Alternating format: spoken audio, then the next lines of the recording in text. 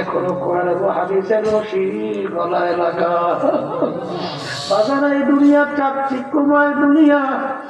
আমার মালিক কোরআন কারীমের ভিতরে বলেন, দুনিয়াকে তোমাদের সামনে চাকচিক্যময় কইরা শয়তান এমন ভাবে উপস্থাপন করে তোমাদের দিল মন ওদিকে ঝুঁকা যায়, ওদিক থেকে তোমাদের আসতে মন চায় না।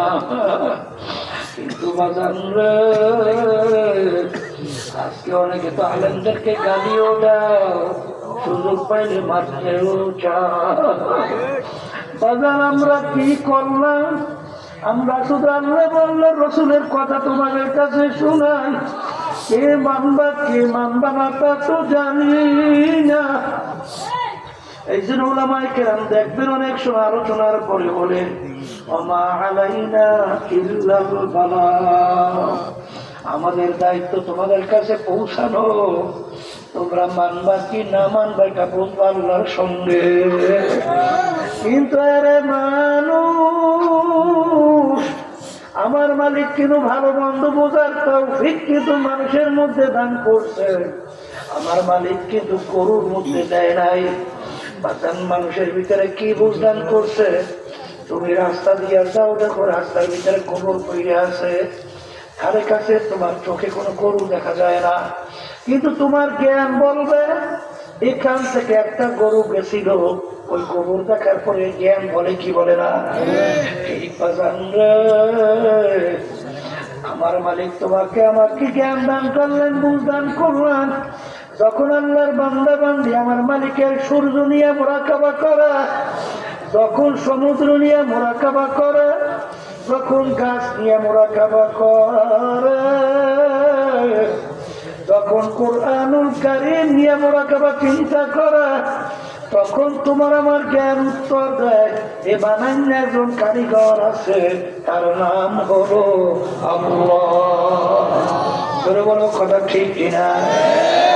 কোন বন্দা বান্দি গোলাপ ফুলের থেকে ঘেরান নেয়, এত মনোমুগ্ধকর মন মাতানো ঘেরান কোথায় লুকায় রাখলো, কে রাখলো?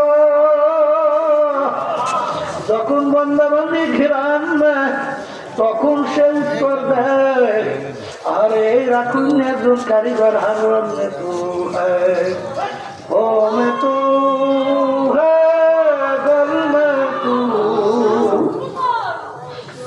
जिधर देखता हो मैं, तू ही तू है, तू ही तू है, तू ही तू। আমার মালিক,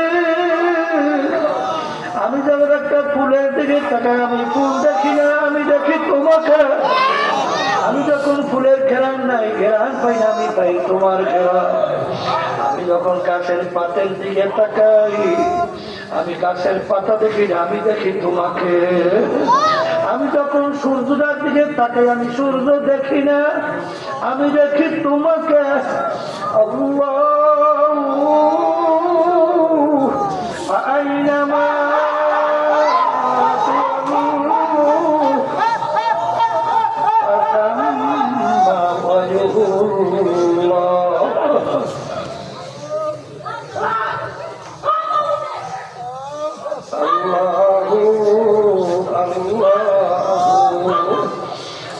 আমার বাজানদেরকে বলবো, পর্দালে মাহমুদদেরকে বলবো, বাজান আমার মালিক তোমাকে আমাকে বুঝদান করছেন। বাজান যারা পাগল তাদের উপরে কিন্তু কোনো পাপ বিচার নাই। যারা পাগল তাদের কিন্তু কোনো ভালো মন্দ সব গুণা কিছুই নাই। কারণ কি, ওর চক্ষু আছে না নাই, পা আছে না নাই, অন্য অঙ্গ প্রত্যঙ্গ আছে না নাই, তাইলে ওর কোনো বিচার সাজা সাজা কেন নাই? কারণ ওর বুঝ শক্তি না থাকার কারণে ওর কোনো ভালো মন্দ বিচারও নাই। কিন্তু যার ভিতরে বুঝ আছে, বুঝ থাকার পরে সে যদি কোনো অন্যায় করে, সে কিন্তু ছাড় পায় না। কথা ঠিক না বেটি? কারণ তোর বুঝ থাকার পরেও তুই কি অন্যায়টা কেন করলি? কথা ঠিক? আমার ভাইদেরকে বলবো, পর্দারে মা বোনদেরকে বলবো, বাজান কবরে কিন্তু প্রশ্ন তিনটা। বাজান সবার জন্য কিন্তু প্রশ্ন তিনটা। এখানে কিন্তু ধরি নাই, গরিব নাই, বীর নাই, মুরিদ নাই। এই জন্য বাজানদেরকে বলবো, পর্দারে মা বোনদেরকে বলবো, দলাদলি ছাড়ো। কারণ কবরে কিন্তু কোনো দলাদলি চলে না। যদি চলো তুই আল্লাহ রাসূল সাল্লাল্লাহু আলাইহি ওয়াসাল্লামের চেয়ে বড় পীর ওলি গাউস কুতুব কেউ দুনিয়াতে আসবেও না। আল্লাহ রাসূল দুনিয়ায় থাকা অবস্থায় তার কলিজার টুকরা সন্তান ফাতেমা রাদিয়াল্লাহু তাআলা আনহা তাকে ইঙ্গিত করে বলছিলেন, ইয়া ফাতেমা তু আনকিজি নাফসাকি মিনান্নার। এ ফাতেমা রে, দুনিয়ায় থাকা অবস্থায় নিজে আমল করো, জাহান্নামের আগুন থেকে বাঁচো, এরপরে অন্ধকার কবরে যেয়ে আসো। ফাতেমা যদি কবরে পরিচয় দাও, আখিরি জামানার নবীর আমি মেয়ে। আল্লাহ রাসূল বলেন, ফাতেমার এই পরিচয় কবরে কোনো কাজ হবে না। এই যে আমার বাগানদেরকে বলবো, হিংসা ছাড়ো। হিংসা এমন একটা রোগ, আল্লাহ রাসূল সাল্লাল্লাহু আলাইহি ওয়াসাল্লাম বলেন, আল হাসাদু ইয়াকুলুল হাসানাত। হিংসা এমন একটা রোগ যার ভিতরে থাকবে তার সমস্ত নেকি হিংসার আগুনে জ্বালাইয়া আমলনামা খালি কইরা ফেলবে। বাজার এই চরমনের ব্যাপারে হিংসা করে তোমার কি লাভ? লাভ আছে? বরঞ্চ তুমি ধ্বংস হয়ে যাবা। ঠিক যাবে ঠিক। বাজার একটা রোগের নাম হলো হুব্বে যা হুব্বে মাল। মালের মহব্বত, সম্মানের মহব্বত, পদের মহব্বত। এই রোগটা এমন এক রোগ, আল্লাহ রাসূল বলেন, হুব্বুদ দুনিয়া রাসু কুল্লি খাতিয়াতিন।